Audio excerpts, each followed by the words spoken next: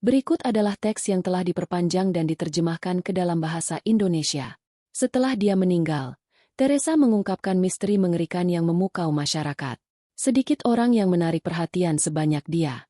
Dia dikenal sebagai penghancur perdamaian terbesar, mengacu pada jeritan tak bersalah, anak yang belum lahir. Ibu Teresa akan dikenang dalam sejarah sebagai ikon belas kasih, cinta, dan kebaikan karena warisan kedermawanannya. Namun, di balik tindakan altruistiknya, ada misteri gelap yang membelenggu jiwanya. Tanpa diragukan lagi, dia adalah orang paling dermawan yang pernah saya kenal. Sulit membayangkan seseorang yang tidak percaya pada Tuhan. Dunia membandingkannya dengan para santo yang hidup. Namun demikian, desas-desus tentang kegelapan tersembunyi mengikutinya kemanapun dia pergi.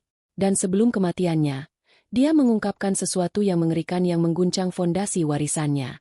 Apakah pengungkapan ini adalah masa lalu yang kelam, dosa yang tersembunyi, atau kebenaran yang terlalu kuat untuk diabaikan? Kami mengundang Anda untuk mengungkap misteri Ibu Teresa. Pertama-tama, Ibu Teresa memiliki citra publik yang kompleks dan multiguna, yang sejak 2016 dikenal sebagai Santa Teresa dari Calcutta. Dia mendapatkan ketenaran dan pengakuan atas karya amal altruistiknya, yang membuatnya memenangkan hadiah bergengsi, hadiah Nobel Perdamaian, atas upayanya untuk memerangi kemiskinan dan kesulitan, yang dianggap sebagai ancaman bagi perdamaian.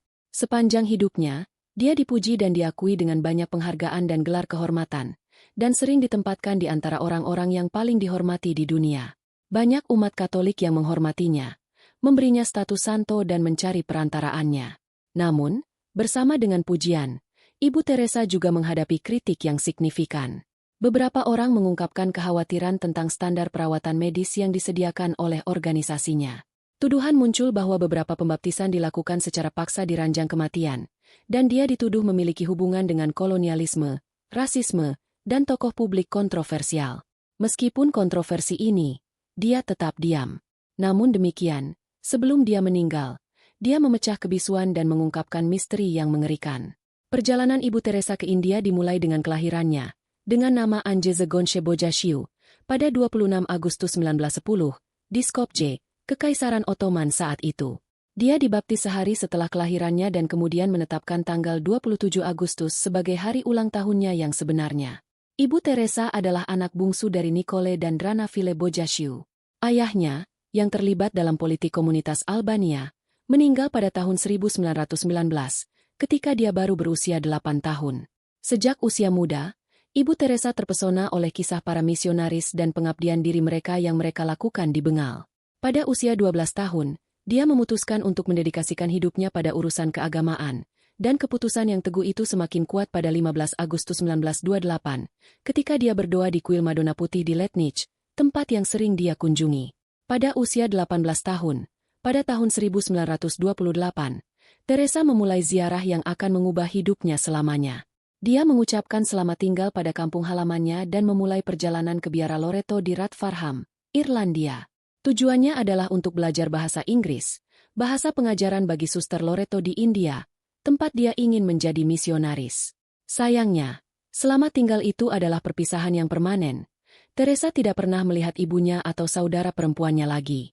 Meskipun Teresa memulai kehidupan baru, keluarganya tetap tinggal di Skopje hingga tahun 1934, sebelum pindah ke Toronto. Pada tahun 1929, Teresa akhirnya tiba di India dan memulai novisiatnya di kota tenang Darjeeling, yang terletak di antara pegunungan Himalaya yang megah. Di sana, dia belajar bahasa Bengali dan mulai mengajar di sekolah Santa Teresa, yang terletak di dekat biaranya. Pada hari peringatan 24 Mei 1931, Teresa mengucapkan kaul religius pertamanya, terinspirasi oleh Santa Teresa dari Lisieux, pelindung para misionaris. Untuk menghormati santo tersebut, Teresa mengambil namanya. Tetapi karena nama itu telah dipilih oleh biarawati lain, dia memutuskan untuk menggunakan ejaan Spanyol, Teresa. Panggilan misionaris Ibu Teresa mencapai kesempurnaan ketika dia mengucapkan kaul solennya pada 14 Mei 1937, dan bekerja sebagai guru di sekolah biara Loreto di Entali, Timur Kolkata. Sesuai tradisi Loreto, dia mengambil gelar Ibu, dan menghabiskan hampir 2 dekade dengan mengajar, dan diangkat sebagai kepala sekolah pada tahun 1944.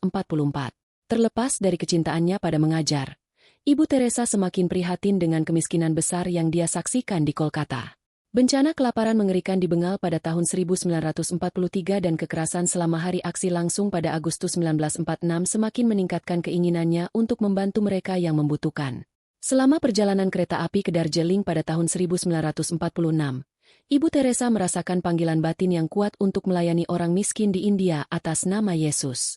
Setelah banyak refleksi dan doa, dia meminta dan memperoleh izin untuk meninggalkan sekolah dan pada tahun 1950 mendirikan misionaris cinta kasih, mengenakan sari putih dengan 2 tepi biru sebagai seragam resmi Ordo. Pada 10 September 1946, selama retret tahunan di Biara Loreto di Darjeeling, Teresa mengalami apa yang kemudian dia sebut sebagai panggilan dalam panggilan. Dia merasa terdorong untuk meninggalkan kenyamanan biara dan hidup di antara orang miskin untuk membantu mereka lebih baik. Percaya bahwa ini adalah perintah ilahi yang tidak bisa dia abaikan tanpa mengkhianati keyakinannya. Joseph Langford, pendiri Missionaries of Charity Fathers, mengakui bahwa hanya sedikit yang mengetahui bahwa pada tahun 1948 Sister Teresa berubah menjadi Ibu Teresa dan memulai pekerjaan misionarisnya di antara orang-orang termiskin, meninggalkan pakaian Loreto yang biasa demi sari sederhana putih dari katun dengan tepi biru. Ibu Teresa mengambil kewarganegaraan India dan menjalani pelatihan medis dasar di Rumah Sakit Keluarga Kudus di Patna sebelum memulai pekerjaannya di daerah kumuh. Sebelum dia sepenuhnya mengabdikan dirinya kepada para gelandangan dan yang lapar, dia mendirikan sekolah di Moti Jail, Calcutta, pada awal 1949. Selama periode itu, sekelompok wanita muda bergabung dengannya, meletakkan dasar bagi komunitas religius baru yang berfokus pada orang-orang termiskin. Upaya Ibu Teresa segera menarik perhatian pihak berwenang India, termasuk Perdana Menteri. Pada 7 Oktober 1950, Ibu Teresa memperoleh persetujuan dari Vatikan untuk kongregasi diosesan, yang kemudian berkembang menjadi misionaris cinta kasih. Dalam kata-katanya sendiri, kongregasi ini akan merawat orang-orang yang lapar, yang telanjang, yang tunawisma, yang cacat, yang buta, yang kusta, semua orang yang merasa tidak diinginkan, tidak dicintai, diabaikan oleh masyarakat. Orang-orang yang menjadi beban bagi masyarakat dan ditolak oleh semua orang. Namun, belas kasih Ibu Teresa tidak berakhir di sana. Pada tahun 1952, dia membuka klinik pertamanya dengan bantuan otoritas Kolkata, mengubah sebuah kuil Hindu yang terbengkalai menjadi rumah hati murni, Nirmal Hriday, yang disediakan secara gratis untuk orang sakit dan sekarat. Ini adalah langkah penting dalam misinya, yang menegaskan komitmennya yang tak tergoyahkan untuk melayani mereka yang paling rentan. Bagi orang-orang miskin, panti jompo adalah satu-satunya tempat di mana mereka dihormati. Nama itu kemudian diubah menjadi Calat, Rumah Hati Suci. Orang-orang yang dirawat di rumah ini menerima perawatan medis dan hak untuk meninggal dengan martabat, sesuai dengan keyakinan agama mereka. Muslim diizinkan membaca Al-Quran, air sungai Gangga diberikan kepada orang Hindu, dan orang Katolik menerima sakramen terakhir. Ibu Teresa menjelaskan bahwa ini adalah kematian yang indah, tempat di mana orang-orang yang hidup dalam kemiskinan dapat meninggalkan dunia ini dengan cinta dan belas kasih. Selain itu, dia mendirikan panti jompo khusus untuk penderita kusta, yang dikenal sebagai Shanti Nagar, atau Kota Perdamaian.